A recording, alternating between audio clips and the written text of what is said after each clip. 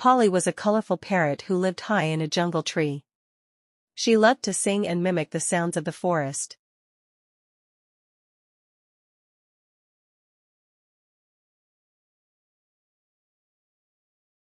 One day, she heard a baby monkey crying near the river.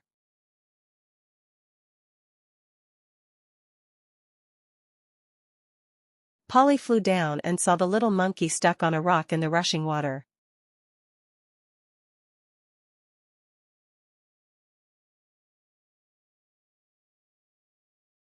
Without fear, Polly flew back to the trees and called loudly, "Help! Help! Baby monkey needs help!"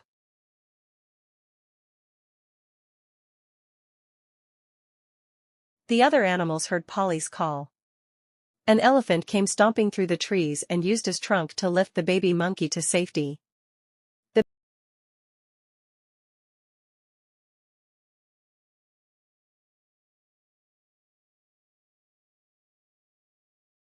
The baby monkey smiled, and everyone cheered. Polly flapped her wings with joy and sang, "Safe and sound, safe and sound."